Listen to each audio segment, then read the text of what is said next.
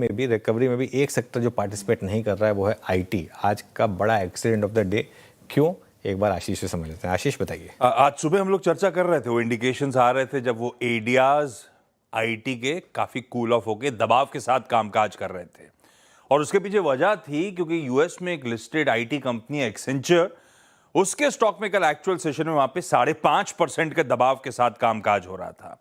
और वजह थी कि दरअसल वहां पे एक लीडिंग ब्रोकिंग फर्म है, फाइनेंशियल सर्विसेज फर्म है, ट्रूइस्ट, उसने एक्सेंचर को डाउनग्रेड कर दिया बाय से होल्ड की तरफ।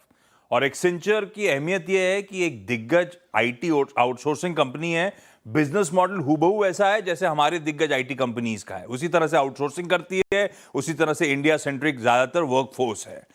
तो ट्रूइस्ट का कहना है कि हम डाउनग्रेड इसीलिए कर रहे हैं क्योंकि अभी भी कंटिन्यूड प्रेशर है इन कंपनीज के बजट्स में, और दूसरी तरफ प्रतिस्पर्धा बढ़ रही है। न्यू एआई प्योर प्लेस जो आए हुए हैं उनसे और कंपटीशन बढ़ रहा है। तो एक तो बजट श्रिंक कर रहे हैं, ठंडे हैं, ऊपर से प्रतिस्पर्धा बढ़ रही है, उसकी दोहरी मार पड़ती हुई आईटी स्पेस में इस समय नजर आ रही है।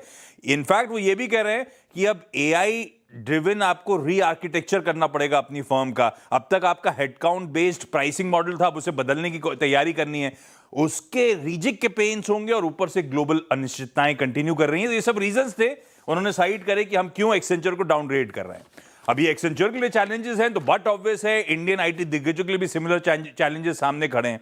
तो काफी दिनों की तेजी के बाद एक बहाना बन गया एक सीरियस प्रॉफिट टेकिंग का। हालांकि ट्रूइस्ट की वो रिपोर्ट एंड में कहती है कि एक्सेंचर वेल पोजिशन्ड है अपने बिजनेस को रीशेप करने के लिए, एआई इनोवेशंस के लिए। वो तो हमें सिर्फ नियर टर्म में पेन नजर आ रहा है, लॉन्ग टर्म के लिए कोई कंसर्न खास नजर नहीं आते। और जो हमारा इंट्राडे में आज सत्यानाश हुआ आशीष, उसका क्या करना है आज? नहीं, वो एक्सेंचर भी गिरा था वहां पे 5.5% इसके कारण।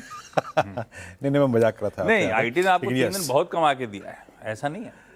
और ये चर्चा हुई है बाबा इस प्लेटफॉर्म पे, कुछ बदला नहीं है फंडामेंटली, ये ध्यान रखिएगा। ये बस बहाने थे कि पेटा हुआ था, वैल्यूएशन का कंफर्ट नजर आ रहा था लोगों को, तो शायद रिकवरी के ट्रेड्स प्ले आउट हो गए आज, लेकिन इक्वली स्ट्रांग प्रॉफिट टेकिंग यहां पर भी। बिल्कुल बिल्कुल प्रॉफिटिंग आती है यहाँ पे। स्टॉक्स एक बार लेके आइए, निफ्टी आईटी लेके आइएगा। और निफ्टी आईटी में आज इंट्राडे में जो डिप, गौरांग आज तो अगर आप देखें तो एक कंप्लीट कोलैप्स था, है ना? आप कैसे रीड करेंगे? और आपका हमेशा से तर्क इस मंच पे यही रहा है कि मैं थोड़ा सा बाइफरकेट करके देखता हूँ, mid cap IT, large cap IT. आपकी मिड कैप आईटी में झुकाव भी है। आपका टेक आज के इस प्राइस बिहेवियर पे पोस्ट एक्सेंचर नंबर्स? वीरेंद्र, अगर आपने मुझे कल ये सवाल पूछा तो मेरा जवाब यही होता, और आज भी यही जवाब है, और पहले भी हमने चर्चा की है।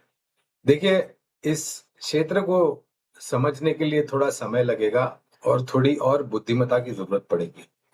ये मैं इसलिए कह रहा हूँ वीरेंद्र, क्योंकि आगे जाकर के, अब से लेकर के अभी तक जो हुआ आविष्कार को लेकर के, नए प्रकार के प्लेटफॉर्म्स और टूल्स को लेकर के, वो ठीक है, लेकिन आज से लेकर के आने वाले भविष्य में इसकी जो गति है वीरेंद्र, ये और तीव्र और तेज होगी, और नए नए प्रकार के आविष्कार आपके सामने आएंगे। जहां तक आईटी क्षेत्र का प्रश्न है, अब चुनौतियां काफी होगी। उस चुनौतियों को ऐसी कौन सी कंपनियां हैं जो अपने आप को सक्षम रूप से उस ढांचे में उतार पाएगी, और उतारने के पश्चात जमीनी स्तर पर कारोबारी रणनीति में परिवर्तन करके आय और शुद्ध मुनाफे में बदलाव लाएगी बेहतरी के लिए।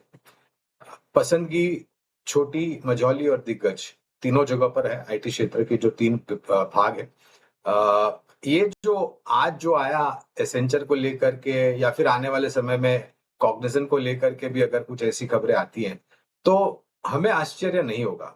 और मैं ये भी कहूंगा कि ये जो गिरावट हम देख रहे हैं 5-5.5% की आईटी क्षेत्र की सूचकांक में, और कुछ ज्यादा कुछ शेयरों में, वो लंबी अवधि के लिए खरीदारी का मौका है। तो तर्क ये होना चाहिए कि अगर आपने निवेश किया है लंबी अवधि के लिए, ऊपरी स्तर पर निवेश लायक पूंजी है, थोड़ा बहुत और जोड़ सकते हैं। और अगर आप इंतजार कर रहे थे करेक्शन का, तो वो मेरे ख्याल से अब आया है। पूरी ताकत लगा करके नहीं, लेकिन कुछ मात्रा में बिल्कुल शुरुआत कीजिए। आईटी क्षेत्र की सेवाओं की जरूरत आविष्कार को लेकर के, और आधुनिक उपकरण या प्लेटफॉर्म बनाने के लिए या टूल्स बनाने के लिए, इन सब कंपनियों की सहायता आपको लगेगी ही लगेगी। तो मैं ये नहीं कहता कि इतिहास वाला रिटर्न आपको बना करके देगा आईटी क्षेत्र, जो पिछले 5-10 साल पहले हुआ करता था। हाँ, लेकिन एक अच्छा खासा रिटर्न बिल्कुल आपको मिल सकता है, बशर्ते कि आपके पास 1.5-2 साल की समय सीमा हो।